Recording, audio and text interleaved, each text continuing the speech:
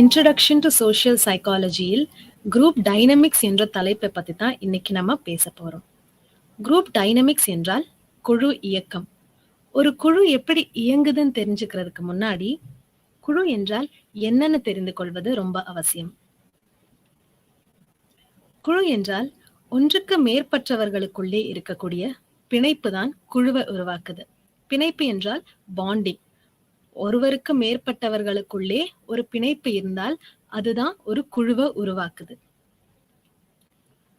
அடுத்து நம்ம பார்க்கிறது காம்பனன்ட்ஸ் ஆஃப் குரூப். குழு என்னன்னு தெரிஞ்சதுக்கு அப்புறம் ஒரு குழுவின் கூறுகள் என்னன்னு நம்ம தெரிஞ்சுக்கணும். குழுவின் கூறுகள் இங்க நிறைய கொடுத்திருக்காங்க. ஆனா இதுல ஒரு 4 கூறுகள் ரொம்ப ரொம்ப அவசியமானவை. முதல் கூறு ஸ்டேட்டஸ், அதாவது நிலை. இரண்டாவது ரோல்ஸ், அதாவது பாத்திரங்கள். மூன்றாவது நார்ம்ஸ், நியமங்கள். நான்காவது கொஹெசிவ்னஸ், ஒத்திசைவு. இது ஒரு உதாரணத்தோட புரிஞ்சுக்கலாம். ஸ்டேட்டஸ், நிலை. ஒரு பள்ளியில நிறைய பேர் இருப்பாங்க இல்லையா, நிறைய பேர் பணிபுரிவாங்க. பிரின்சிபல் இருப்பாங்க, டீச்சர்ஸ் இருப்பாங்க, ஸ்டூடெண்ட்ஸ் இருப்பாங்க. ஒவ்வொருவரும் ஒவ்வொரு நிலையில பணிபுரியறாங்க. ஒவ்வொருவருக்கும் ஒவ்வொரு ரோல்ஸ் இருக்கும், ஒவ்வொரு பாத்திரங்கள் இருக்கும். ஆசிரியர் என்ன பண்ணுவாங்க, பாடம் எடுப்பாங்க. மாணவர்களுக்கு இருக்கக்கூடிய பாத்திரங்கள் என்ன, மாணவர்கள் படிப்பாங்க. பிரின்சிபல் மேனேஜ்மெண்ட் பார்ப்பாங்க. இந்த மாதிரி ஒவ்வொரு நிலையில இருக்கிறவங்களுக்கும் ஒவ்வொரு பாத்திரங்கள் இருக்கு. இதுக்கப்புறம் நம்ம நார்ம்ஸ் பார்க்கணும். நார்ம்ஸ் என்பது ரொம்ப முக்கியமான ஒரு விஷயம் சோஷியல் சைக்காலஜி பொறுத்தவரையில. நார்ம்ஸ் இதுக்கு முன்னாடியுமே கேள்விப்பட்டிருப்போம். நார்ம்ஸ் என்றால் அன்ரிட்டன் ரூல்ஸ் சொல்லுவோம். அதாவது எழுதப்படாத விதிமுறைகள் தான் நார்ம்ஸ். ரூல்ஸ் என்றால் என்ன, விதிமுறைகள் என்றால் என்ன? டிராபிக் ரூல்ஸ் நம்ம ஃபாலோ பண்ண வேண்டியது கட்டாயம், 100% கட்டாயம். ஆனா நார்ம்ஸ் என்றால் அந்த மாதிரி கிடையாது. குடும்பத்துல ஒவ்வொருவருக்கும் ஒவ்வொரு நார்ம்ஸ் இருக்கும் இல்லையா? ஒரு குடும்பம் என்பது ஒரு குழு தான். அப்போ குடும்பத்துல நமக்கே நம்ம குடும்பத்துக்குள்ள சில நார்ம்ஸ் இருக்கும், அன்ரிட்டன் ரூல்ஸ் இருக்கும். உதாரணத்துக்கு 10 மணிக்கு மேல வீட்டுக்கு வரக்கூடாது, 10 மணிக்குள்ளேயே வீட்டுக்குள்ள வந்துடணும், இல்ல இந்த மாதிரி ஆடைகள் தான் அணிய வேண்டும், இந்த மாதிரி தான் மற்றவர்களிடம் பேச வேண்டும். இப்படியெல்லாம் எழுதப்படாத ரூல்ஸ் எல்லாமே ஒவ்வொரு குழுக்குள்ளேயும் இருக்கும். இந்த நார்ம்ஸ் எல்லாம் நம்ம எதுக்காக ஃபாலோ பண்றோம் அப்படின்னா, இதை ஃபாலோ பண்ணனாதான் நம்ம ஒரு குழுவுல ஒரு உறுப்பினரா இருக்க முடியும். குரூப்போடைய மெம்பரா நம்ம இருக்கணுங்கிறதுக்காக தான் இந்த நியமங்களை நம்ம ஃபாலோ பண்றோம். இப்ப நம்ம பார்த்துட்டு இருக்கிற பள்ளியோட எக்ஸாம்பிள்லயே நம்ம கிளாஸ் ரூம்ல சில நார்ம்ஸ் எல்லாம் நம்ம ஃபாலோ பண்ணுவோம். டீச்சர் இல்லாதப்போ அமைதியா இருக்கிறது, இல்ல நம்மளுடைய ஹோம்ஒர்க்கை நம்ம கரெக்டா முடிச்சு கொடுக்கறது, இது எல்லாமே நார்ம்ஸ் தான். இந்த நார்ம்ஸை நம்ம எதுக்காக ஃபாலோ பண்றோம்னா, அப்பதான் நம்ம கிளாஸா ஒரு குழுவாக இருக்க முடியும்.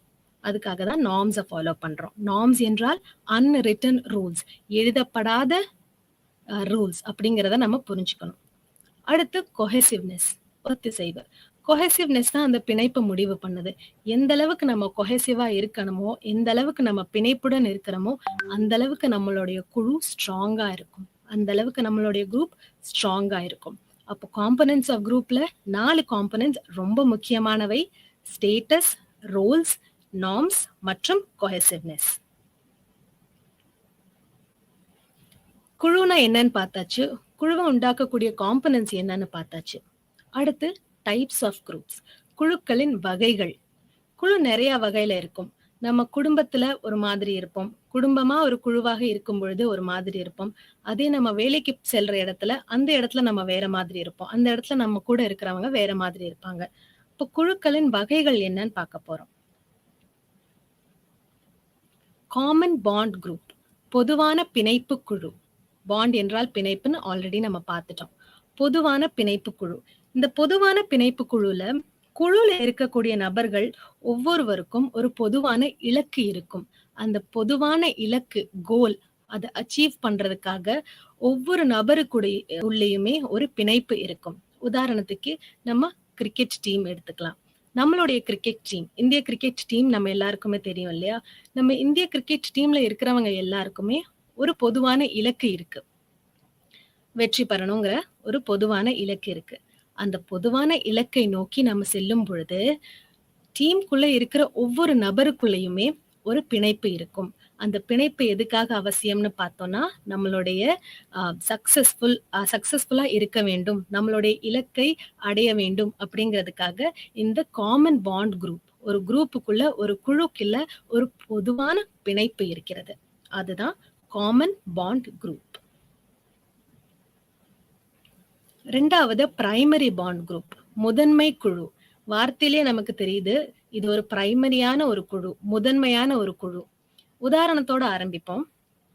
நம்மளுடைய குடும்பம், நம்மளுடைய நண்பர்கள், இது எல்லாம் பிரைமரி பாண்ட் குரூப்கான ஒரு உதாரணம். எப்படின்னு பார்த்தோம்னா, இந்த முதன்மை குழு எப்படி எஸ்டாப்ளிஷ் ஆகுதுன்னா, நம்மளுடைய டைரக்ட் கான்டாக்டால, நம்மளுடைய பெற்றவர்களோட, நம்மளுடைய குடும்பத்தோட நம்ம டைரக்டா பேசுறோம், டைரக்டான கான்டாக்ட்ல இருக்கோம். நம்ம யாருக்கிட்டயுமே அனுமதி கேட்கணுங்கிற அவசியமே கிடையாது.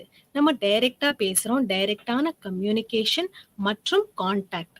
இதனால உருவாகக்கூடிய குழு தான் பிரைமரி பாண்ட் குரூப்னு சொல்லக்கூடிய முதன்மை குழு. இதுதான் பிரைமரி பாண்ட் குரூப். ஞாபகம் வச்சுக்க வேண்டிய விஷயம் என்னன்னா, இதுக்கான உதாரணம் குடும்பம் மற்றும் நண்பர்கள். இதுதான் முதன்மை குழு. கண்டிப்பா பிரைமரி பாண்ட் குரூப்பை பத்தி பேசினதுக்கு அடுத்து நமக்கு செகண்டரி பாண்ட் குரூப் வருது, இரண்டாம் நிலை குழு. இரண்டாம் நிலை குழு என்பது பிரைமரி பாண்ட் குரூப்புக்கு அப்படியே ஆப்போசிட்டாக இருக்கும். இரண்டாம் நிலை குழுல உதாரணத்தோடவே இதையும் ஆரம்பிப்போம். நம்ம அலுவலகத்துல வேலை செய்ய இடத்துல இருக்கக்கூடிய நம்மளுடைய குழு, அலுவலகத்துல ஆபீஸ்ல இருக்கக்கூடிய குரூப் இருக்கும் இல்லையா, அது இரண்டாம் பாண்ட் குரூப்புக்கான ஒரு எக்ஸாம்பிளாக வரும். இதுல டைரக்டான கான்டாக்ட் இருக்கதற்கான வாய்ப்பு ரொம்ப ரொம்ப கம்மி. நம்ம ஆபீஸ்ல ஒரு சீனியர் பர்சன் கிட்ட போய் பேசணும்னா நம்ம டைரக்டா போய் பேசிட முடியாது. நம்ம ஒருத்தரை தாண்டி தான் போய் பேசணும், இல்ல ஹைரார்கி படி தான் நம்ம அதுல போகணும் இல்லையா. சோ அதுதான் இரண்டாம் நிலை குழு. டைரக்ட் கான்டாக்ட் இருப்பதற்கான வாய்ப்பு ரொம்ப கம்மி. பிரைமரி பாண்ட் குரூப்ல என்ன பார்த்தோம், குடும்பத்துடன் பேசுவதற்கு யாருடைய பர்மிஷனும் அவசியப்படாது. ஆனா செகண்டரி பாண்ட் குரூப் அந்த மாதிரி இல்ல. இதுல டைரக்டான கான்டாக்ட் இருக்காது. நம்ம இன்டைரக்டான கான்டாக்ட் தான் இந்த செகண்டரி பாண்ட் குரூப்ல இருக்கும். அடுத்து ஃபார்மல் குரூப், முறையான குழு. இந்த ஃபார்மல் குரூப்ல ஏறக்குறைய நம்மளுடைய செகண்டரி பாண்ட் குரூப் மாதிரி தான். இதோடைய உதாரணம் பார்த்தாலுமே அலுவலகம் தான் இதோடைய உதாரணமாகவே வரும். இதுலயும் செகண்டரி பாண்ட் குரூப்ல இருக்கக்கூடிய கேரக்டரிஸ்டிக்ஸ் வரும். நம்ம டைரக்டா போய் பேச மாட்டோம். ஒரு முறையான ஹைரார்கி ஃபாலோ பண்ணி தான் நம்ம அங்க போய் பேசுவோம். இதுல சில முக்கியமான விஷயங்கள் நம்ம ஃபாலோ பண்ண வேண்டியது என்னன்னா, ரூல்ஸ் இருக்கும். ஃபார்மல் குரூப்ல நிறைய ரூல்ஸ் இருக்கும். இந்த மாதிரி தான் நம்ம உங்க கிட்ட போய் பேசணும், இல்ல இவங்க கிட்ட பெர்மிஷன் வாங்கினதுக்கு அப்புறம் தான் நம்ம போய் பேசணும், முறையாக நடந்து கொள்ள வேண்டும் அப்படிங்கிற ஒரு ஃபார்மல் செட்டப் இருக்கும். அந்த ஃபார்மல் ரூல்ஸை ஃபாலோ பண்ணி தான் நம்ம ஒரு ஃபார்மல் குரூப்புக்குள்ள இருப்போம். அடுத்து நம்ம பாக்குறது இன்ஃபார்மல் குரூப். இன்ஃபார்மல் குரூப்னா என்னன்னா, ஒருவருடைய லைக்ஸ் அண்ட் டிஸ்லைக், ஒருவருடைய விருப்பம் மற்றும் வெறுப்பு, இது ரெண்டையும் சார்ந்து இருப்பதுதான் இன்ஃபார்மல் குரூப். உதாரணத்துக்கு இப்ப எனக்கு சைக்காலஜி பிடிச்சிருக்கு, உங்களுக்கும் சைக்காலஜி பிடிச்சிருக்கு, அப்ப நம்ம ஒரு குழுவாகிறோம். இல்ல பிடிக்காத விஷயங்கள் பத்தி 2 பேர் பேசுறாங்க, அப்போ பிடிக்காத விஷயங்கள் 2 பேருக்குள்ளயுமே ஒற்றுமையாக இருக்கும் பொழுது அவங்க ஒரு குழுவாகிறாங்க. அப்ப நம்மளுடைய விருப்பம் மற்றும் வெறுப்பு இது ரெண்டையும் சார்ந்திருப்பதுதான் முறைசாரா குழு. இதுல எந்த விதமான டைரக்ட் கான்டாக்டா இருக்கணுமா, இன்டைரக்ட் கான்டாக்டா இருக்கணுமா, இந்த மாதிரி எந்த ரெஸ்ட்ரிக்ஷன்ஸுமே இன்ஃபார்மல் குரூப்ல கிடையாது. டைப்ஸ் ஆஃப் குரூப் பார்த்து முடிச்சதுக்கு அப்புறமா stages in formation of group வருது. குழு உருவாக்கத்தின் நிலைகள், ஒரு குழு எப்படி உருவாகுதுங்கிறது நம்ம இப்ப பார்க்க போறோம். சோ குழு என்றால் என்னன்னு பார்த்தோம், காம்பனன்ட்ஸ் ஆஃப் குரூப் பார்த்தோம், டைப்ஸ் ஆஃப் குரூப் பார்த்தோம், அடுத்து stages in formation of group பார்க்க போறோம். குரூப் என்பது டக்குன்னு ஒரு குழுவாக நம்ம எல்லாருமே அமைய மாட்டோம். அதுல சில ஸ்டேஜஸ் இருக்கு, சில நிலைகள் இருக்கு. அந்த நிலையை கடந்து போனதுக்கு அப்புறமா தான் நம்ம ஒரு குழுவாக வேலை செய்யறோம். அந்த நிலைகள் என்னங்கிறத நம்ம பார்க்க போறோம். முதல் ஸ்டேஜ், முதல் நிலை ஃபார்மிங், இரண்டாவது ஸ்டார்மிங், மூன்றாவது நார்மிங், நான்காவது பெர்ஃபார்மிங் மற்றும் ஐந்தாவது அட்ஜார்னிங். ஃபார்மிங். ஃபார்மிங் என்றால் என்னன்னு நம்ம பார்க்கலாம். ஃபார்மிங் என்றால் முதன்முறையா நம்ம எல்லாரும் சந்திக்கும் பொழுதே ஒரு குழுவாக மாற மாட்டோம். முதல் முறையா நம்ம ஒருத்தவங்கள பார்க்கும்பொழுது அவங்கள பத்தி தெரிஞ்சுக்குவோம். அவங்க பேரு கேட்போம். நீங்க எங்க இருந்து வந்திருக்கீங்க? இங்க எப்படி வந்தீங்க? இந்த மாதிரி நெறைய விஷயம் நம்ம தெரிஞ்சுக்குவோம். ஒருத்தரோட நம்ம பரிச்சயப்படுவோம். ஸோ ஃபார்மேஷன் ஆர் ஃபார்மிங்ங்கிற நிலையில என்ன நடக்குதுன்னா, ஒருவரோடு நம்ம பரிச்சயம் மட்டும் தான் படுவோம். பரிச்சயம் படும் பொழுது இந்த குழுல எந்த விதமான கோலும் இருக்காது. எந்த விதமான இலக்குமே இதுவரைக்கும் நம்ம முடிவு செய்திருக்க மாட்டோம். ஃபார்மேஷன் என்றால் ஒரு குழு இப்பதான் மெல்ல மெல்லமா உருவாகுது. உருவாக்கம்னு இருக்கு இல்லையா இந்த நிலையின் பெயர். அப்போ ஒரு குழு இப்பதான் மெல்ல மெல்லமா உருவாகுது.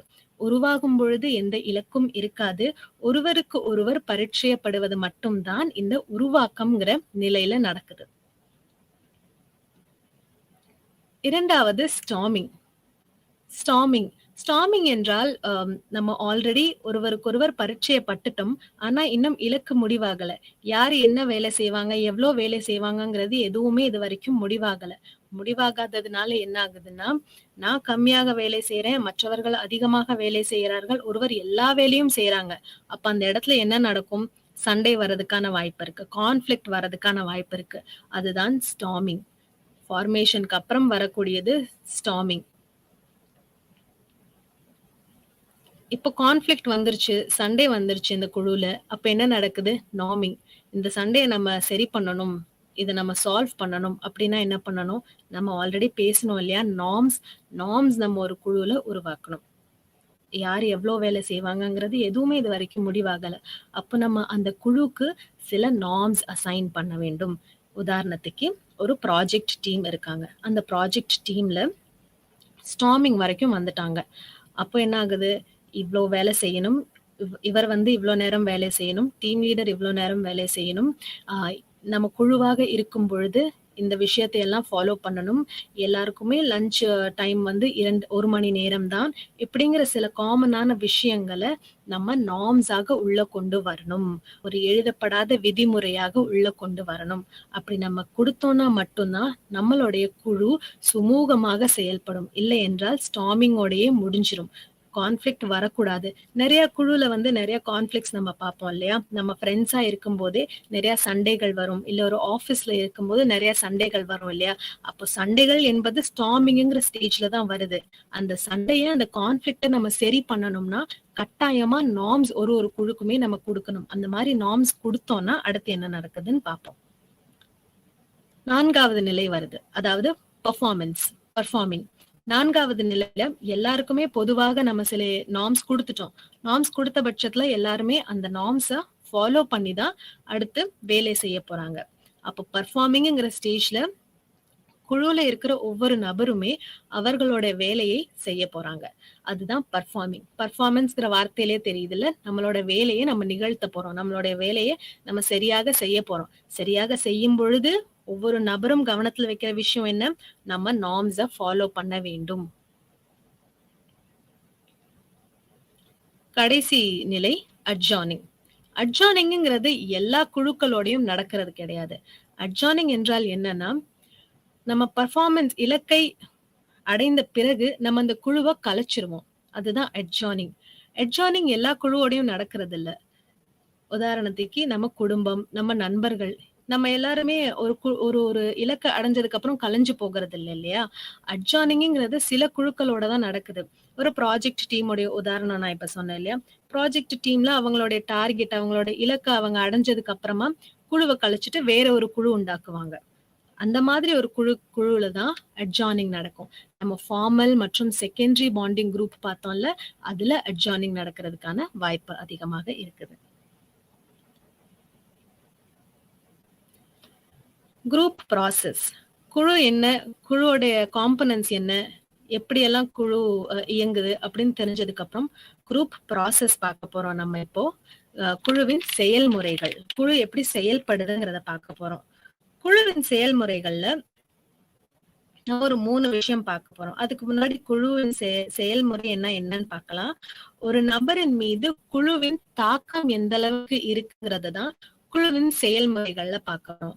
ஒரு நபர், ஒரு இண்டிவிஜுவல் மேல ஒரு குரூப், ஒரு குழுவின் தாக்கம் எந்த அளவுக்கு இருக்குது, எந்த அளவுக்கு எஃபெக்ட் பண்ணுது, ஒரு குழு ஒரு நபரை எந்த அளவுக்கு எஃபெக்ட் பண்ணுதுங்கிறது தான் நம்ம குரூப் ப்ராசஸ்ல பார்க்க போறோம். இதுல ஒரு 3 முக்கியமான விஷயம் பார்க்க போறோம். இது ரொம்ப சுவாரஸ்யமா இருக்கும். நம்மளுடைய தினசரி வாழ்க்கையில கூட நம்ம இத கடந்து வந்துட்டு தான் இருப்போம். Social facilitation, social loafing, deindividuation. Social facilitation, சமூக வசதி, சமூக வசதி மற்றும் சோசியல் லோஃபிங், சமூக லோஃபிங், டி இண்டிவிஜுவேஷன், தனிப்பிரிவு.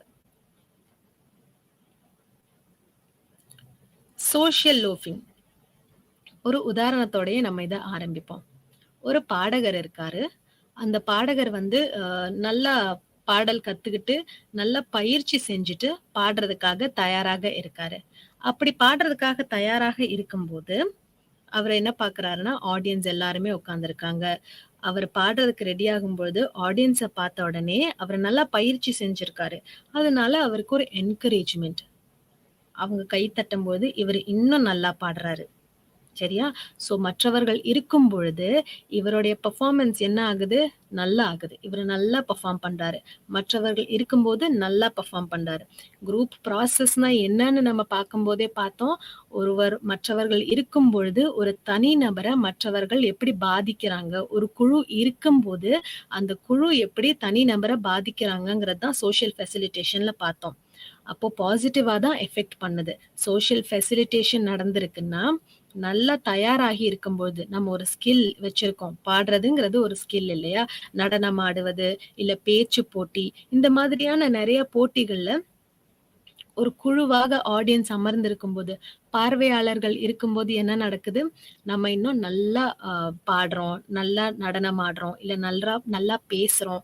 மற்றவர்கள் கைத்தட்டும் போது நம்ம இன்னும் நல்லா பண்ணணுங்கிறதுக்காக இன்னும் நல்லா நம்ம முயற்சி பண்றோம். இன்னும் நல்லா நம்ம பேசுறோம், பாடுறோம், இல்ல நடனம் செய்யறோம். இதுதான் சோசியல் ஃபெசிலிட்டேஷன். சோசியல் ஃபெசிலிட்டேஷன் என்ன?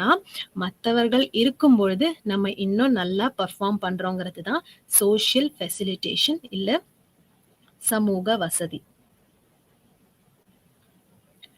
இந்த சமூக வசதிக்கு நிறைய எக்ஸாம்பிள்ஸ் நம்ம கொடுக்கலாம்.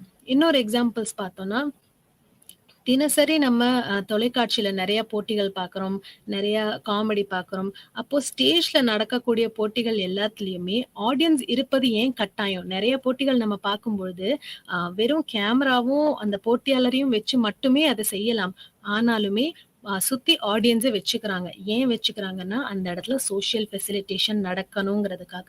சோசியல் ஃபெசிலிட்டேஷன் நடந்துச்சுன்னா பர்ஃபார்மன்ஸ் இன்னும் நல்லா இருக்கும் அப்படிங்கிறதுக்காக தான். நிறைய காமெடி போட்டிகள், இல்ல நடன போட்டிகள், பேச்சு போட்டிகள், இது தொலைக்காட்சியில நீங்க பார்த்திருந்தீங்கன்னா தெரியும். சுத்தில ஆடியன்ஸ் கண்டிப்பாக இருக்காங்க இல்லையா? அந்த ஆடியன்ஸ் எதுக்காக வைத்துக் கொள்றாங்கன்னா சோசியல் ஃபெசிலிட்டேஷன் நடக்க வேண்டும்ங்கிறதுக்காக தான் சுத்தில ஆடியன்ஸை வச்சுக்கிறாங்க. சோசியல் ஃபெசிலிட்டேஷன் என்னன்னு தெரிஞ்சாச்சு. அடுத்து இந்த சோசியல் ஃபெசிலிட்டேஷனுக்கு கீழே 2 விஷயம் சொல்றாங்க. Drive theory of social facilitation, அதாவது இயக்க கோட்பாடு. இந்த இயக்க கோட்பாடுல என்ன சொல்றாங்கன்னா, நமக்கு சோசியல் ஃபெசிலிட்டேஷன் நடக்க வேண்டும், சமூக வசதி நடக்க வேண்டும்னா நம்ம கவனத்துல வச்சுக்க வேண்டிய விஷயம் என்னன்னா, கலைஞர் பர்ஃபார்ம் பண்ணக்கூடியவர் சுத்தி இருக்கிற ஆடியன்ஸில் தன் கவனத்தை செலுத்த வேண்டும். ஆடியன்ஸ அவர் கவனிச்சாருன்னா அவருடைய பெர்ஃபார்மன்ஸ் இன்க்ரீஸ் ஆகும். ஆடியன்ஸை கவனிக்கலைன்னா அவருடைய பெர்ஃபார்மன்ஸ்ல சோசியல் ஃபெசிலிட்டேஷன் நடக்கிறதுக்கான வாய்ப்பு குறைவு. Okay, drive theory of social facilitation என்ன சொல்லுதுன்னா, மற்றவர்களை, ஆடியன்ஸை, பார்வையாளர்களை அவர் கவனிக்க வேண்டும். குழுவாக அமர்ந்திருப்பவர்களை அவர் கவனிக்க வேண்டும். கவனிச்சாதான் அந்த இடத்துல சோசியல் ஃபெசிலிட்டேஷன் நடக்கும்.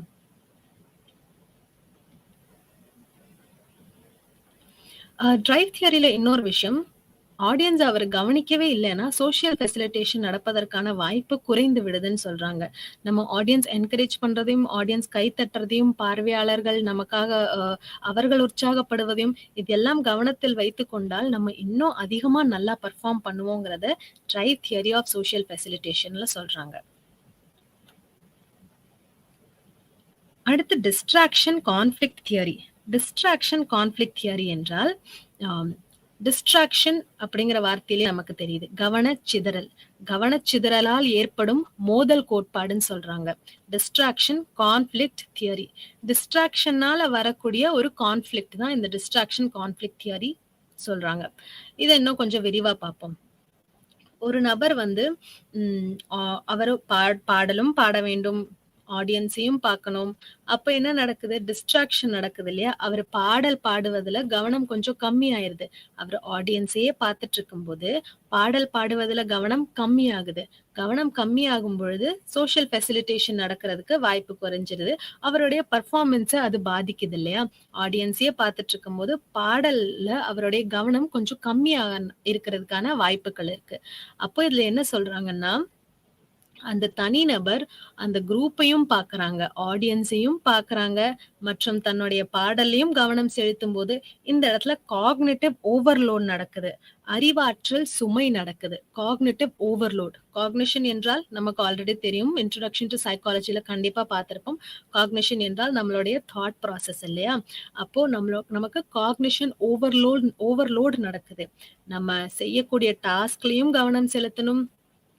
குழுவாக அமர்ந்திருக்கும் ஆடியன்ஸ்லயும் கவனம் செலுத்தணும்.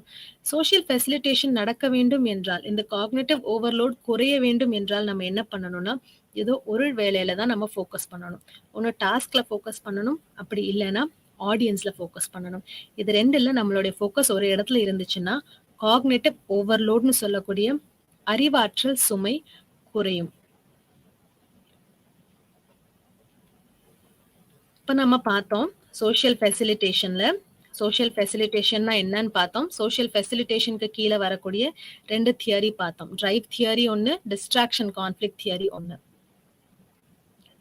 குரூப் ப்ராசஸ்ல இருக்கக்கூடிய 2வது தலைப்பான சோஷியல் லோஃபிங் பார்க்க போறோம். சோஷியல் லோஃபிங் இல்ல சமூக லோஃபிங் என்றால் என்ன? இந்த படத்துல கொடுத்திருக்காங்க இல்லையா? ஒரு 3 பேர் ரொம்ப கஷ்டப்பட்டு அந்த கயிறை இழுக்கிறாங்க. கயிறு இழுக்கிற போட்டி போல ஒரு 3 பேர் ரொம்ப கஷ்டப்பட்டு அந்த கயிறை இழுத்துக்கிட்டு இருக்காங்க. ஆனா ஒருவர் மட்டும் ரொம்ப சாவகாசமா நின்னு ஏதோ யோசிச்சுக்கிட்டு இருக்காரு. அப்ப சோஷியல் லோஃபிங் என்றால் ஒரு குழுல இருக்கிற நிறைய பேர் வேலை செஞ்சுட்டு இருக்காங்க. ஆனா ஒருத்தவங்க மட்டும் நின்னு கொண்டே இருக்காங்க. அப்ப அதை என்ன சொல்றாங்கன்னா, தனி நபர் ஒரு குழுவோட வேலையை தான் அதிகமா நம்பி இருக்காரு. அவரோட உழைப்ப அவர் அதிகமா நம்பி இருக்கல. தனி நபர்கள் தங்கள் சக உறுப்பினர்களின் வேலையை நம்பி அந்த குழுல ஒரு நபராக இருப்பதுதான் நம்மளுடைய சோஷியல் லோஃபிங். சோஷியல் லோஃபிங்க்கு இன்னொரு படம் கூட இதுல இருக்கு. இந்த படம் பாருங்க. இதுல குழுல இருக்கிற மற்ற நபர்கள் எல்லாருமே ரொம்ப தீவிரமா ஏதோ ஒரு டிஸ்கஷன்ல இருக்காங்க. ஆனா ஒருவர் மட்டும் நல்லா நிம்மதியா படுத்து தூங்கிட்டு இருக்காரு. அப்ப என்ன சொல்ல வராங்கன்னா, குழுல நிறைய பேர் இருப்பாங்க. ஆனா குழுல இருக்கிற மற்றவர்கள் எல்லாம் ரொம்ப கஷ்டப்பட்டு வேலை செஞ்சுட்டு இருப்பாங்க. ஆனா குழுல ஒரே ஒருவர் மட்டும் எந்த வேலையும் செய்யாம நிம்மதியாக இருப்பாரு. ஆனா பரிசுன்னு கிடைக்கும் போது குழுல இருக்கிற எல்லாருக்குமே தான் கிடைக்கும். வேலை செய்தவர்களுக்கும் கிடைக்கும். வேலை செய்யாம சோஷியல் லோஃபர்ஸ்னு சொல்றோம் இல்லையா? இந்த சோஷியல் லோஃபிங்ல ஈடுபடுறவர்களுக்கும் கிடைக்கும். இதை நான் சொல்லும் போது உங்களுக்கு கண்டிப்பா உங்க வாழ்க்கையில ஏதோ ஒரு நிகழ்வு ஞாபகம் வந்திருக்கும்.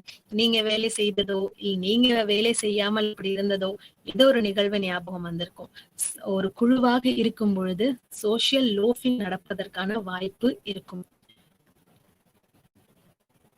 சோஷியல் லோஃபிங் தனிநபர்கள் தங்கள் சக உறுப்பினர்களின் முயற்சியை அதிகமாக நம்புவாங்க.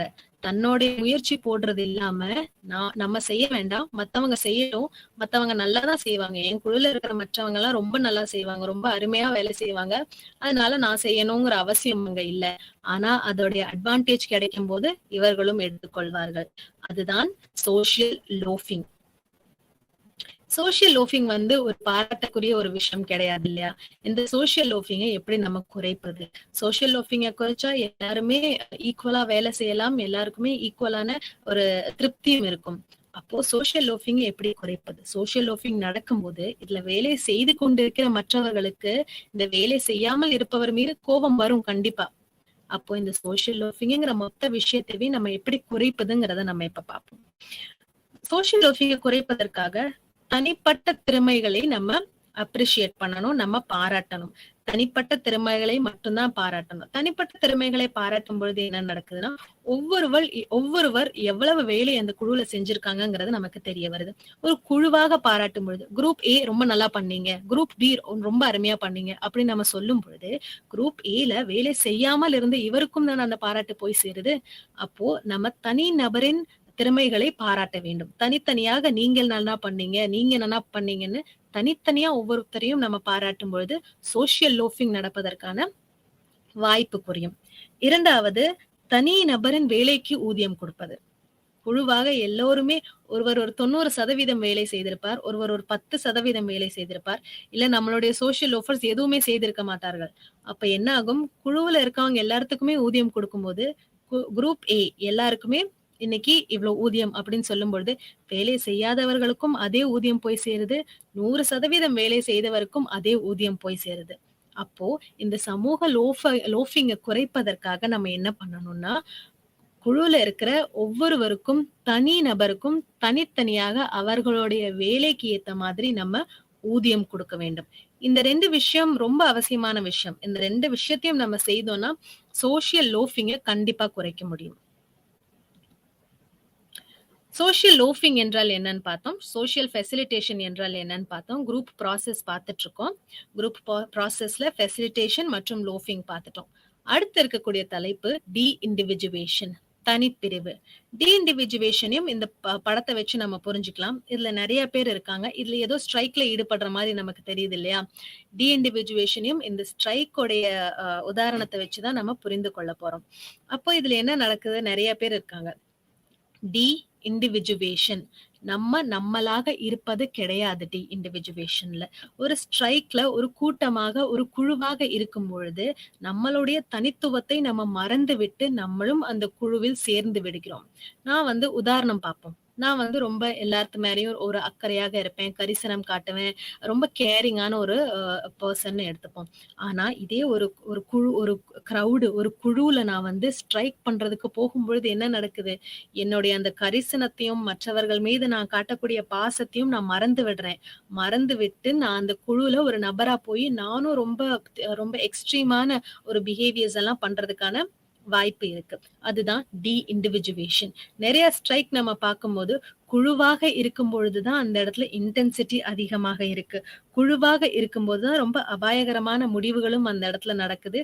தனித்தனியாக இருக்கும்போது அபாயகரமா யாருமே நடந்து கொள்ள மாட்டாங்க. வாய்ப்புகள் ரொம்ப ரொம்ப கம்மி. டி இண்டிவிஜுவேஷன் என்றால் குழுவாக நம்ம இருக்கும்போது நம்மளுடைய தனிப்பட்ட நம்மளுடைய கேரக்டரிஸ்டிக்ஸ், நம்மளுடைய தனித்துவம் ரொம்ப ரொம்ப கம்மியாயிருது. அதுதான் டி இண்டிவிஜுவேஷன் சொல்றாங்க. டி இண்டிவிஜுவேஷன்ல ஹூலிகானிசம்ங்கிற ஒரு விஷயத்த சொல்றாங்க.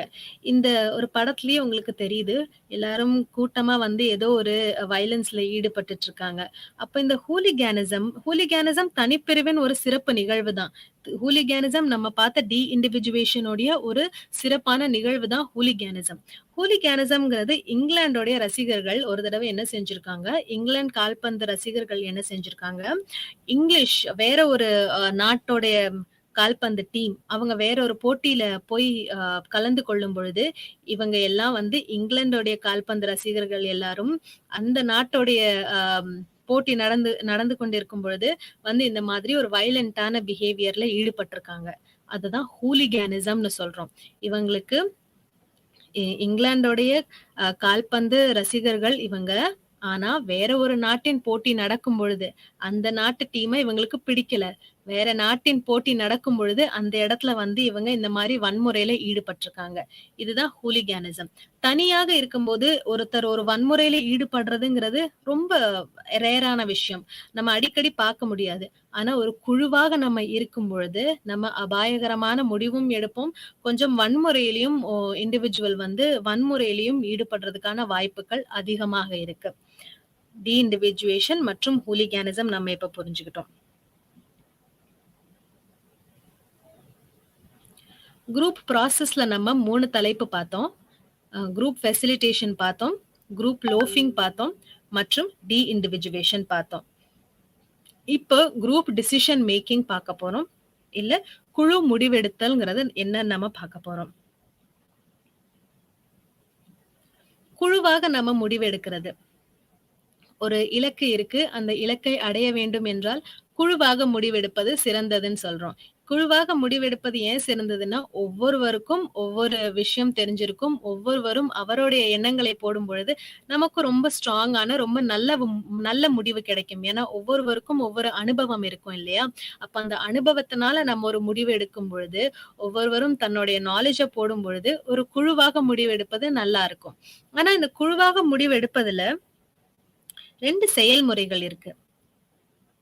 இந்த 2 செயல்முறைகள் என்னன்னா, குரூப் போலரைசேஷன், குழு துருவப்படுதல் மற்றும் குரூப் திங்க், குழு சிந்தனை. குரூப் போலரைசேஷன் என்றால் என்னன்னு பார்ப்போம். இந்த ஒரு படத்தை பார்க்கும்போது குரூப் போலரைசேஷன் மற்றும் குரூப் திங்க் இந்த படத்து மூலியமா நல்லா புரிஞ்சுக்கலாம். குரூப் போலரைசேஷன்ல எல்லாருமே சந்தோஷமா இருக்காங்க, ஒரே மாதிரியான முடிவு தான் எடுத்திருக்காங்க. குரூப் திங்க்ல பார்த்தோம்னா குழுவாக ஒரு முடிவு எடுத்திருந்தாலுமே அந்த டேபிளுக்கு கீழே தனித்தனியாக அவர்களுடைய ஐடியாஸ் வந்து வேற மாதிரி இருக்கு. ஆனா குழுவாக ஒரே மாதிரியான முடிவு தான் எடுத்திருக்காங்க. இதை இன்னும் கொஞ்சம் நல்லா புரிஞ்சுக்குவோம். குரூப் போலரைசேஷன் என்றால் நம்ம ஒரு குழுவாக முடிவு எடுக்கும் பொழுது ரொம்ப எக்ஸ்ட்ரீமான முடிவு எடுப்போம். ரொம்ப ரிஸ்க் எடுக்கக்கூடிய முடிவு எடுப்போம். குரூப் போலரைசேஷன், துருவப்படுதல். அப்போ ஒரு குழுவாக நம்ம செயல்படும் போது, குழுவாக முடிவுகள் தனியா நம்ம இருக்கும்போது இது ரொம்ப ரிஸ்கியா இருக்கு, என்னால செய்ய முடியாது, இல்ல என்னைய வந்து ரொம்ப பாதிக்கும் அப்படின்னு நம்ம யோசிப்போம். ஆனா குழுவாக நம்ம முடிவெடுக்கும் பொழுது நம்ம 10 பேர் இருக்கோம் இல்லையா, நம்ம செஞ்சிடலாம். நம்ம ஒரு 5 பேர் இருக்கோம், நம்ம கட்டாயமா இதை கடந்து வந்துடலாம் அப்படிங்கிற பட்சத்துல குரூப் போலரைசேஷன்ல குழுவாக செயல்படும் பொழுது நம்ம எப்படி முடிவு எடுப்போம்னா, ரொம்ப ரிஸ்கியான முடிவு எடுப்போம், ரொம்ப கஷ்டமான முடிவுகள் எடுப்போம், ரொம்ப அபாயகரமான எக்ஸ்ட்ரீமான முடிவுகள் எடுப்போம் நம்ம குழுவாக செயல்படும் பொழுது. அதுதான் ரிஸ்கி ஷிஃப்ட்ன்னு சொல்றோம். ஒரு சாதாரண ரிஸ்க் இல்லாத ஒரு முடிவுல இருந்து ரிஸ்க் இருக்கக்கூடிய ஒரு முடிவுக்கு ஷிஃப்ட் ஆகுறோம் இல்லையா, குழுவாக செயல்படும் பொழுது. அதுதான் ரிஸ்கி ஷிஃப்ட்ன்னு சொல்றாங்க குரூப் போலரைசேஷன்ல.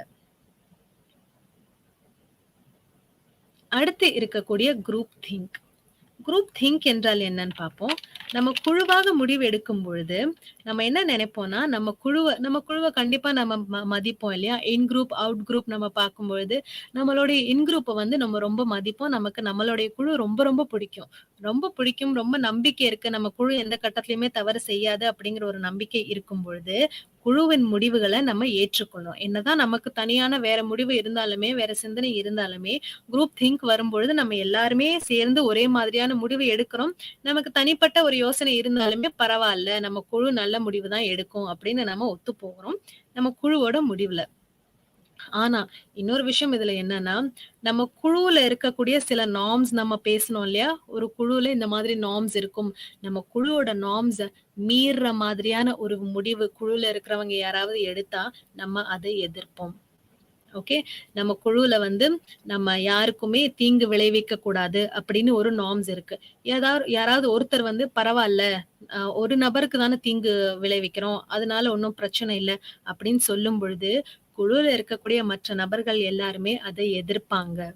அப்போ குரூப் திங்க் என்றால் நம்ம குழு சரியான முடிவைத்தான் எடுக்கும் அப்படிங்கிற நம்பிக்கையில நமக்கு இருக்கக்கூடிய தனித்துவமான சில யோசனைகளையும் நம்ம விட்டு குழுவோட முடிவை ஏற்றுக்கொள்வோம். அதுதான் குரூப் திங்க்.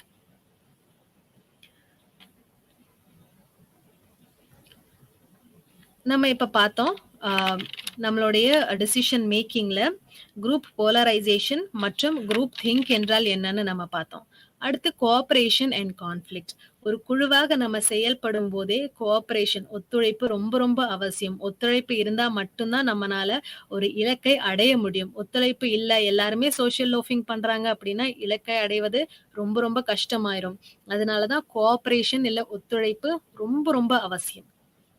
என்னதான் கோஆபரேட்டிவாவும் ஒத்துழைப்பாவும் இருந்தாலுமே கான்ஃபிளிக்ட் வரக்கூடியது, போட்டி வரக்கூடியது, சண்டை வரக்கூடியது ரொம்ப சகஜம். குழுவாக நம்ம செயல்படும் போது, நம்ம நட்பு வட்டாரத்திலேயே நம்ம ஒரு இலக்கை நோக்கி செயல்படும் போது, இலக்கு இல்லாமல் செயல்படும் போது கூட நிறைய சண்டைகள், சச்சரவுகள் வர்றதுக்கான வாய்ப்பு இருக்கு இல்லையா. சோ ஒரு குழுவாக ஃபார்மல் செட்டப்ல வேலை செய்யும் போது எவ்வளோ கான்ஃபிளிக்ட் வரும், எவ்வளோ போட்டி, எவ்வளோ பிரச்சனைகள் ஃபேஸ் பண்ணிக்கிட்டு இருக்கோம், இனிமேலும் ஃபேஸ் பண்ணுவோம். சோ அதை பத்தி தான் நம்ம இப்ப பேச போறோம். Cooperation and conflict. இதுல ஒரு 3 C பேசுவோம். கோஆபரேஷன், காம்படிஷன் மற்றும் கான்ஃபிளிக்ட். கோஆபரேஷன் என்றால் என்ன? இலக்கை அடைவதற்காக குழுவுல இருக்கிற ஒவ்வொருவரும் சேர்ந்து உழைப்பதுதான் கோஆபரேஷன். இலை இலக்கை அடைவதற்காக குழுவில் இருக்கக்கூடிய ஒவ்வொரு நபரும் சேர்ந்து உழைப்பதுதான் கோஆபரேஷன். கோஆபரேஷன் பண்ணும் பொழுதே போட்டின்னு ஒரு விஷயம் இருக்கு, காம்படிஷன். காம்படிஷன்ல நம்மளுடைய வேலையில நம்ம சிறந்து விளங்க வேண்டும் அப்படிங்கிறதுக்காக நம்ம மற்றவர்களோட போட்டி போடுவோம். நம்மளோட திறமையை இன்னும் அதிகமா உயர்த்திக்கணும் அப்படிங்கிறதுக்காக ரொம்ப அதிகமா வேலை செய்வோம். மற்றவர்களை விட நம்ம சிறந்து விளங்கணுங்கிறதுக்காக அதிகமா வேலை செய்வோம். இப்ப என்ன நடக்குது இந்த காம்படிஷன் இருக்கும் போதுன்னா, சிலர் தன்னுடைய உழைப்பு மீது மட்டுமே போக்கஸ் பண்ணி வேலை செய்வார்கள். ஆனா சிலர் என்ன பண்ணுவாங்கன்னா, தன்னுடைய உழைப்பு மீது போக்கஸ் பண்ணாம மற்றவர்கள் உழைப்பை கெடுக்க வேண்டும் அப்படின்னு சிலர் இருப்பாங்க இல்லையா? அப்ப இந்த காம்படிஷன் நன்றாக இருக்க வேண்டும், ஹெல்தியான ஒரு காம்படிஷனா இருக்கணும் அப்படின்னா நம்ம கவனத்துல வச்சுக்க வேண்டிய விஷயம் என்னன்னா, நம்மளுடைய உழைப்பை நம்ம கவனத்தில் வைத்துக்கொண்டு கோஆபரேட்டிவா குழுல செயல்பட்டோம்னா குழு முன்னேறும்.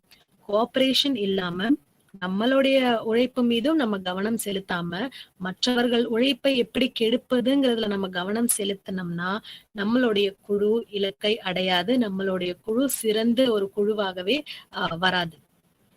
அடுத்து கான்ஃபிளிக்ட். சோ கண்டிப்பா போட்டி நன்றாக இருந்துச்சுன்னா கான்ஃபிளிக்ட் வர்றதுக்கான வாய்ப்பு கம்மி.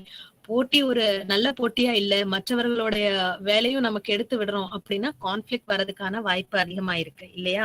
இப்ப கான்ஃபிளிக்ட் எப்படி வருதுன்னா, ஒரே மாதிரியான எண்ணம் இன்ட்ரெஸ்ட் இல்லாத பட்சத்துல கான்ஃபிளிக்ட் வருது. என்னுடைய எண்ணம் என்னுடைய இன்ட்ரெஸ்ட் மற்றவர்களோட மேட்ச் ஆகாது, மற்றவர்களோட சரி வராது அப்படிங்கிற பட்சத்துல கான்ஃபிளிக்ட் வருவதற்கான வாய்ப்பு ரொம்ப ரொம்ப அதிகம். உதாரணத்துக்கு பார்த்தோம்னா நான் சொல்றேன், நம்ம ஒரு சின்ன ஒரு ரூம் டிசைன் பண்றோம்னு வச்சுக்கோங்க. இப்ப நான் சொல்றேன் இதுல ஒரு சிவப்பு நிறம் வந்தா நல்லா இருக்கும்னு. என் கூட இருக்கிறவங்க சொல்றாங்க இல்ல பச்சை நிறம் தான் நல்லா இருக்கும். மற்றவர்கள் சொல்றாங்க வெள்ளை தான் நல்லா இருக்கும். ஒவ்வொருவருக்கும் ஒவ்வொரு இன்ட்ரெஸ்ட், ஒவ்வொருவருக்கும் ஒவ்வொரு எண்ணம். அப்போ ஒவ்வொருவரும் வேற வேற எண்ணம் வைத்திருக்கும் போது அந்த இடத்துல ஒரு கான்ஃபிளிக்ட் வர்றதுக்கான வாய்ப்பு இருக்கு. அப்போ ஒரு குழு நன்றாக செயல்பட வேண்டும் அப்படின்னா கோஆபரேஷன், காம்படிஷன் மற்றும் கான்ஃபிளிக்ட் ஹெல்தியாக இருக்க வேண்டும். மற்றவர்களுக்கு ஒத்துழைக்க வேண்டும். நம்மளோட வேலையில நம்ம போக்கஸ் பண்ணணும். மற்றவர்கள் வேலையில எந்த விதமான தடங்களையும் நம்ம கொண்டு வரக்கூடாது. அப்படி இருந்துச்சுன்னா மட்டும்தான் அந்த காம்படிஷன் ஹெல்தியாக இருக்கும். கான்ஃபிளிக்ட் என்னதான் மற்றவர்களோட நமக்கு எண்ணங்கள் ஒத்து போகவில்லைனாலுமே சில இடத்துல நம்ம கொஞ்சம் அட்ஜஸ்ட் பண்றது அட்வைசபிள். ஸோ கோஆபரேஷன், காம்படிஷன் மற்றும் கான்ஃபிளிக்ட் நம்ம இப்ப பார்த்தோம். அடுத்த சமூக செல்வாக்கு இல்ல சோஷியல் இன்ஃப்ளூயன்ஸ் ரொம்ப ரொம்ப நல்ல ஒரு இன்ட்ரெஸ்டிங்கான டாபிக். இதுல நிறைய விஷயங்கள் உங்களால உங்க வாழ்க்கையில இருக்கக்கூடியதை கனெக்ட் பண்ண முடியும். இதுல சமூக செல்வாக்குல நம்ம ஒரு 3 விஷயம் ஃபோக்கஸ் பண்ணி பார்க்க போறோம் இன்னைக்கு. சமூக செல்வாக்கு என்றால் தான் தேவைகளை பூர்த்தி செய்வதற்காக நம்ம நம்மளை எவ்வளவு தூரம் மாற்றிக்கொள்றோம். நம்மளுடைய தேவைகளை பூர்த்தி செய்வதற்காக நம்மளை மாற்றிக்கொள்வோம். அப்படிதான், அதுதான் சோஷியல் இன்ஃப்ளூயன்ஸ். நம்மளுடைய நடத்தையை, நம்மளுடைய கேரக்டரை நம்ம மாத்திக்குவோம். என்ன பண்ணணும்னா நம்மளுடைய சில தேவைகளை பூர்த்தி செய்யணுங்கிறதுக்காக நம்ம வேற மாதிரி பிஹேவ் பண்ணுவோம். நம்மளுடைய கேரக்டரை கொஞ்சம் மாத்தி நடந்துக்குவோம். அதுதான் சமூக செல்வாக்கு. ஒன்னொன்னா பார்க்கும்போது சமூக செல்வாக்கு என்றால் என்னங்கிறது ரொம்ப கிளியர் ஆயிடும் உங்களுக்கு. சமூக செல்வாக்குல பேசக்கூடிய 3 சப்டாபிக்ஸ் என்னன்னு பார்த்தோம்னா கன்ஃபர்மிட்டி, கம்ப்ளையன்ஸ் மற்றும் ஒபீடியன்ஸ். கன்ஃபர்மிட்டி இந்த படத்தை பார்த்தா ரொம்ப அழகா உங்களுக்கு புரிஞ்சிடும். இந்த படத்துல என்ன காமிச்சிருக்காங்க, ஒரு 3 பேர் உட்கார்ந்து பேசுறாங்க. இந்த ஒரு பொண்ணு தனியா நடந்து போகுது. இந்த பொண்ணு அவங்களோட போய் பேசல, அவர்களும் பேசல. ஏன்னு பார்த்தோம்னா அந்த குழுவாக இருக்கக்கூடிய 3 பேரும் அணிந்திருக்கிற ஆடை வேற மாதிரி இருக்கு. தனியாக நடந்து செல்லும் இந்த பொண்ணோட ஆடை வேற மாதிரி இருக்கு. அப்போ அந்த குழுவுல போய் இந்த பொண்ணு சேரணும்னு நினைக்கும் பொழுது தன்னுடைய ஆடையை மாற்றிக்கொண்டு, 2வது சைட் பாத்தீங்கன்னா ரைட் சைட்ல பாத்தீங்கன்னா அந்த பெண் அந்த குழுவுல போய் சேரணும் அப்படின்னு நினைக்கும் பொழுது தன்னுடைய ஆடையை மாற்றிக்கிறாங்க. மாத்திட்டு அவங்க அவங்க கூட போய் பேசுறாங்க. அப்போ குழுவுல இருக்கணும், குழுவுல சேரணுங்கும் போது தன்னை தானே மாற்றிக்கொண்டு அந்த குழுவுல அவங்க சேர்றாங்க. ஒரு அழகான திரைப்படம் வந்தது, ஈசன்னு சொல்லிட்டு ஒரு திரைப்படம் வந்தது. அந்த திரைப்படத்துல பாத்திருந்தீங்கன்னா அந்த திரைப்படத்தோட நாயகி கல்லூரியில இருக்கிற மற்றவர்களோட தானும் போய் சேர வேண்டும், பேச வேண்டும், அவர்களுடன் சந்தோஷமாக இருக்க வேண்டும்ங்கிறதுக்காக தன்னுடைய ஆடையை, தன்னுடைய பேச்சு முறையை, பழகும் முறையை ரொம்ப டோட்டலா மாத்திக்குவாங்க. மாத்திட்டு அந்த குழுவுல போய் அவங்களும் சேர்ந்துருவாங்க. அப்ப அந்த இடத்துல என்ன நடக்குதுன்னா, கன்ஃபர்மிட்டி நடக்குது. ஒரு குழுல நம்ம போய் சேரணுங்கும் பொழுது, நம்மள மாத்திக்கிறோம். அப்ப சோசியல் இன்ஃப்ளூயன்ஸோட டெஃபினேஷன் பார்த்தப்ப நம்ம பார்த்தோம் இல்லையா? தன்னுடைய தேவைகளை பூர்த்தி செய்வதற்காக நம்மளே மாற்றிக் கொள்கிறோம். நம்மளுடைய நடத்தையை மாற்றிக் கொள்கிறோம். அப்போ இதுல என்ன நடக்குது? ஒரு குழுல நம்ம போய் சேரணும் கன்ஃபார்மிட்டில. குழுவுல இவங்க போய் சேரணுங்கிறதுக்காக தன்னுடைய பேச்சு, தன்னுடைய ஆடை, தன்னுடைய நடவடிக்கை இது எல்லாமே மாற்றி அவங்க அந்த குழுவுல போய் சேர்றாங்க. ரியல் லைஃப் எக்ஸாம்பிள்ஸ் நம்ம இதுல பார்த்தோம்னா, ஒரு டீனேஜ் பருவத்துல புகைப்பிடிப்பது, இல்ல ஆல்கஹால் அடிக்ஷனுக்கு ஆளாவது, இது எல்லாமே இந்த கன்ஃபர்மிட்டில நடக்குது. அந்த குழுவுல ரொம்ப சந்தோஷமா இருக்காங்க. அந்த குழுவுல நான் போய் சேரணும். ஆனா இந்த குழுவுல இருக்கக்கூடிய அனைவருக்கும் இந்த பழக்கம் இருக்கும் பொழுது, நானும் அந்த பழக்கத்துல ஈடுபட்டேன்னா, நானும் அந்த குழுவுல போய் சேரலாம். அப்படிங்கும்போது அங்க கன்ஃபர்மிட்டி நடக்குது. அப்ப கன்ஃபர்மிட்டி எப்பொழுதுமே பாசிட்டிவாக இருக்கும்னு நம்மனால சொல்ல முடியாது. ஏன்னா நம்மளை மாற்றிக்கொள்கிறோம். ஒரு குழுவுல சேரணுங்கிறதுக்காக நம்மளை மாற்றிக்கொள்றோம். கவனத்துல வைக்க வேண்டிய விஷயம் என்னன்னா, நம்மளுடைய நல்ல விஷயங்களை மாற்றிக்கிறோமா, இல்ல ஒரு கெட்ட விஷயமாக மாற்றுறோமா? ஒரு புகைப்பிடிப்பது இல்ல ஆல்கஹாலுக்கு அடிக்ட் ஆகுதுங்கிறது கண்டிப்பாக ஒரு தீய விஷயம்தான். அப்போ நம்ம அந்த இடத்துல கன்ஃபார்ம் ஆகுறோங்கிறது நமக்கு தெரிய வேண்டும். அதை நம்ம தடுக்க வேண்டும். இதுதான் கன்ஃபார்மிட்டி.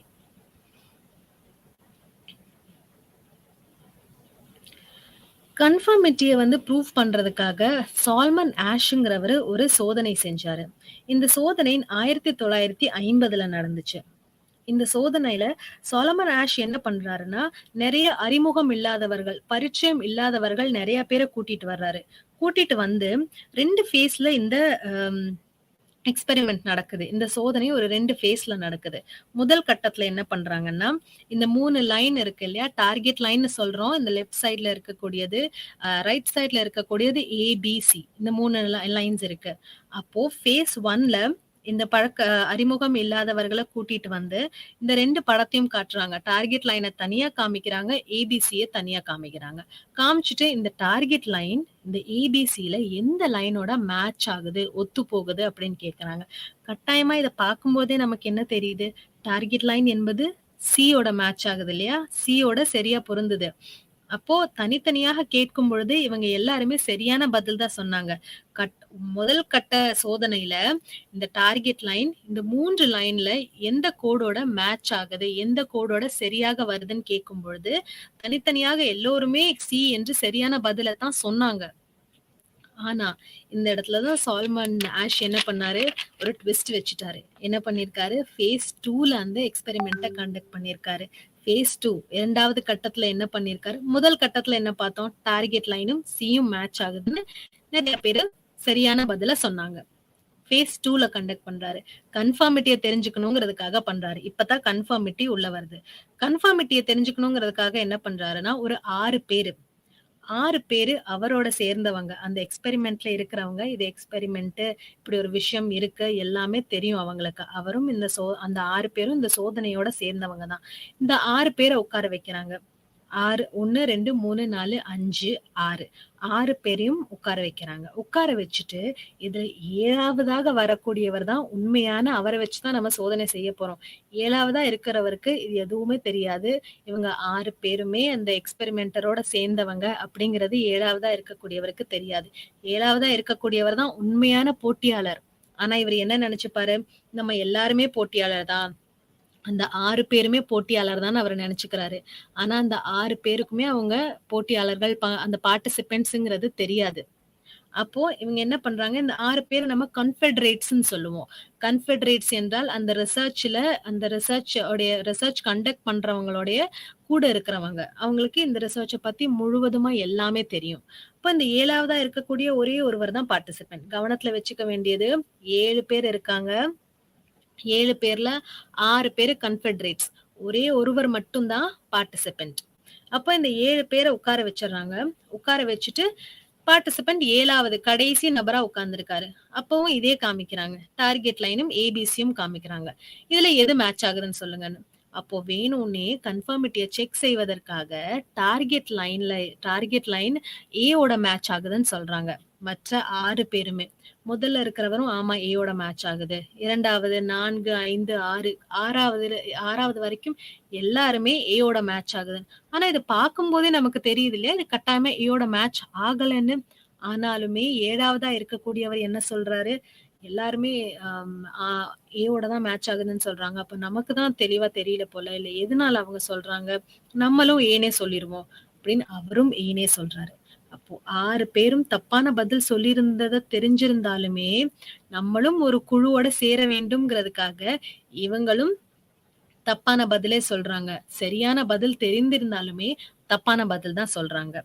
அப்போ இதோடைய முடிவு என்ன வந்துச்சுன்னு நம்ம பார்க்கும் பொழுது, இந்த ஒரு எக்ஸ்பெரிமெண்ட் ஓட முடிவு என்ன வந்துச்சுன்னு பார்க்கும்பொழுது 75% இந்த போட்டியாளர்கள் பங்கேற்பாளர்கள் தவறான பதில தான் கொடுத்திருக்காங்க. 75% பங்கேற்பாளர்கள் தவறான பதில் கொடுத்திருக்காங்க.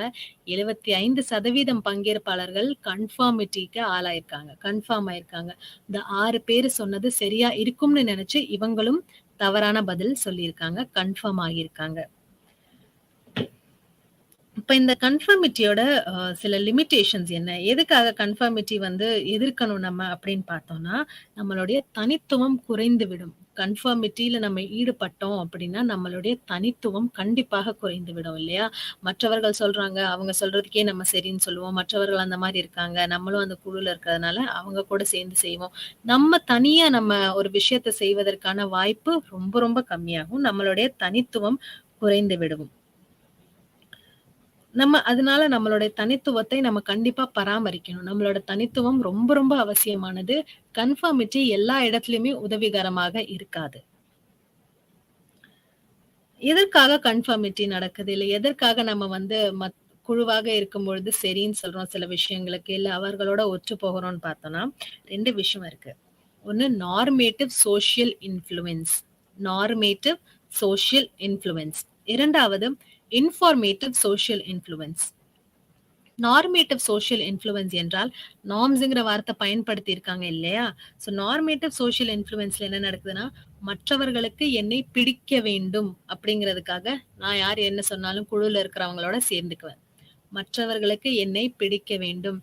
நானும் இது போன்ற ஆடை உடுத்தினால், நானும் இது போன்று பேசினால் மட்டும்தான் மற்றவர்களுக்கு என்னை பிடிக்கும் அப்படிங்கிறதுக்காக நார்மேட்டிவ் சோஷியல் இன்ஃப்ளூயன்ஸ் அந்த இடத்துல நடக்குது.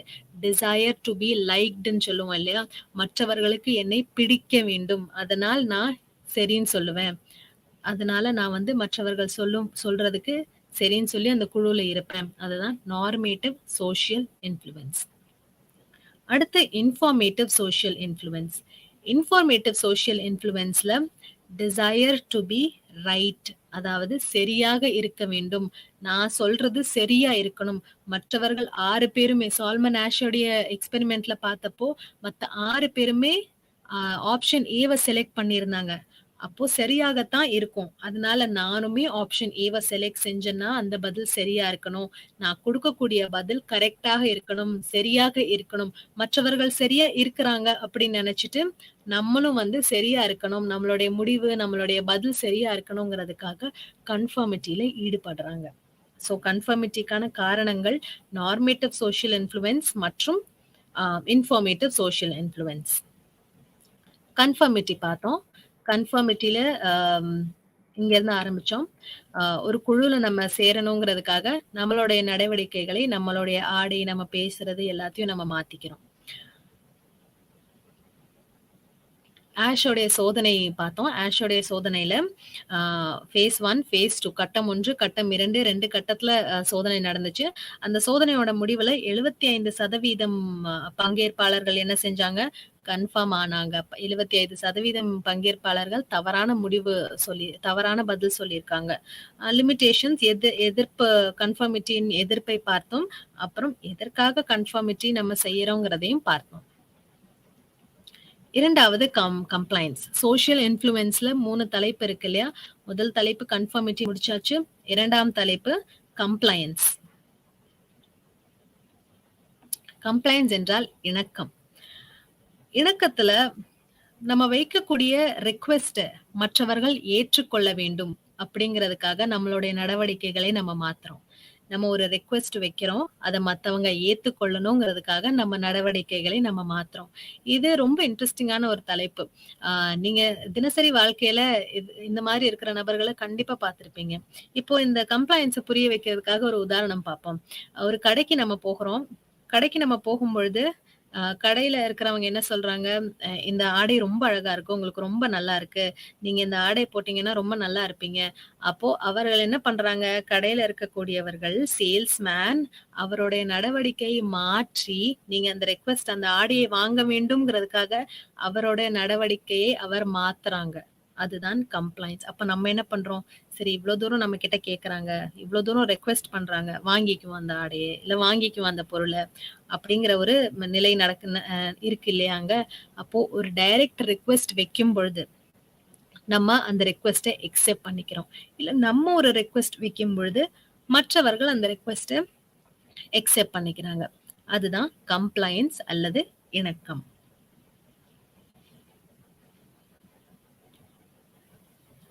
இணக்கத்துல ஒரு 6 விஷயங்கள் சொல்லியிருக்காங்க. இந்த இணக்கத்துல 6 விஷயங்கள் இருக்கு. 6 பிரின்சிபல். சியால்டினி என்பவர் 1994ல ஒரு 6 பிரின்சிபல்ஸ் குடுத்திருக்காங்க. இந்த கம்ப்ளையன்ஸ், இந்த இணக்கம் ஒரு 6 அடிப்படையில நடக்குது. ஒருத்தர் ரெக்வெஸ்ட் வைக்கிறாங்க. அந்த ரெக்வெஸ்ட்ட நம்ம ஏற்றுக்கொள்றோம், அக்செப்ட் பண்ணிக்கிறோம். ஒரு 6 அடிப்படையில நம்ம இந்த ரெக்வெஸ்ட்ட அக்செப்ட் பண்ணிக்கிறோம். எந்த அடிப்படைகள்னு பார்ப்போம். ஃப்ரெண்ட்ஷிப் அல்லது லைக்கிங், நட்பு அல்லது விருப்பம். ஒருவரோடு நம்ம நண்பர் நம்ம கிட்ட ஒரு டைரக்ட் ரெக்வெஸ்ட் வைக்கும் பொழுது, இல்ல நமக்கு ஒருவர பிடிக்குது, அவங்க நம்ம கிட்ட ஒரு ரெக்வெஸ்ட் வைக்கும் பொழுது, நம்ம அத ஏற்றுக்கிறோம். அப்போ ஃப்ரெண்ட்ஷிப் ஆர் லைக்கிங்.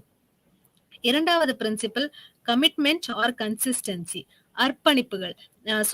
ஒருவர் வந்து நம்மட்ட ஆல்ரெடி ஒரு கமிட்மெண்ட் வச்சுட்டாங்க. இல்ல நம்ம ஒருத்தவங்க கிட்ட கமிட் பண்ணிட்டோம். நாளைக்கு உங்களுக்கு நான் இது பண்ணி தரேன். அப்படிங்கிற பட்சத்துல நம்ம அதை ஏற்றுக்கிறோம். இது 2வது. அடுத்து ஸ்கேர்சிட்டி. ஸ்கேர்சிட்டில பற்றாக்குறையாக இருக்குது அப்படிங்கிற பட்சத்துல நம்ம இந்த பொருள் ரொம்ப பற்றாக்குறையா இருக்கு. நீங்க அத வாங்கிக் கொள்ளணும். பற்றாக்குறையாக இருக்கும்பொழுது நல்ல பொருள் போல நம்ம வாங்கிக்கலாம்னு நம்ம வாங்கிக்குவோம். அடுத்து ரெசிப்ரோசிட்டி. ரெசிப்ரோசிட்டி என்றால் பரஸ்பரம். நேத்து நீங்க எனக்கு உதவி செய்தீங்க.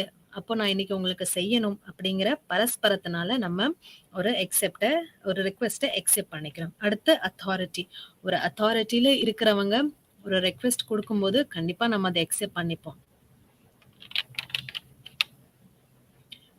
இதுதான். அடுத்து நம்ம பார்க்க போறது கீழ்ப்படிதல், அதாவது ஒபீடியன்ஸ். கடைசியான தலைப்பு கீழ்ப்படிதல், அதாவது ஒபீடியன்ஸ். ஒபீடியன்ஸ்ல சமூகத்துல ஒரு அந்தஸ்தில் இருப்பவர்கள், இல்ல ஒரு அத்தாரிட்டியில இருக்கிறவங்க நம்ம கிட்ட ஒரு விஷயம் சொல்லும் பொழுது நம்ம அதை கீழ்ப்படியணும். நம்மளை விட ஸ்டேட்டஸ் அதிகமாக, நிலை அதிகமாக இருப்பவர்கள், ஒரு அந்தஸ்தில் இருப்பவர்கள், ஒரு அத்தாரிட்டியில் இருப்பவர்கள் சொல்ற விஷயத்த நம்ம கீழ்ப்படிந்து கேட்டுக்கொள்றோம். அதுதான் ஒபீடியன்ஸ்ங்கிறது. இந்த ஒபீடியன்ஸ்ல ஒரு எக்ஸ்பெரிமெண்ட் நடந்திருக்கு. ஒரு சோதனை நடந்திருக்கு. மில்கிராம் என்பவர் ஒரு சோதனை செஞ்சிருக்காரு. அப்ப இந்த சோதனையில எதுக்காக இந்த சோதனை செஞ்சிருக்காங்கன்னா, எவ்வளவு தூரம் மக்கள் வந்து கீழ்ப்படிந்து போகுறாங்க, எவ்வளவு எக்ஸ்ட்ரீம் வரைக்கும் மக்கள் கீழ்ப்படிந்து போகுறாங்கங்கிறத பாக்குறதுக்கு தான் இந்த ஒரு எக்ஸ்பெரிமெண்ட் பண்ணியிருக்காரு. இந்த எக்ஸ்பெரிமெண்ட்ல ஒரு எக்ஸ்பெரிமெண்டர் இருக்காரு. இந்த எக்ஸ்பெரிமெண்டர்னு எழுதியிருக்கு இல்லையா, அவர்தான் வந்து அத்தாரிட்டி. அந்த எக்ஸ்பெரிமெண்டர் இன்ஸ்ட்ரக்ஷன்ஸ் கொடுப்பாரு.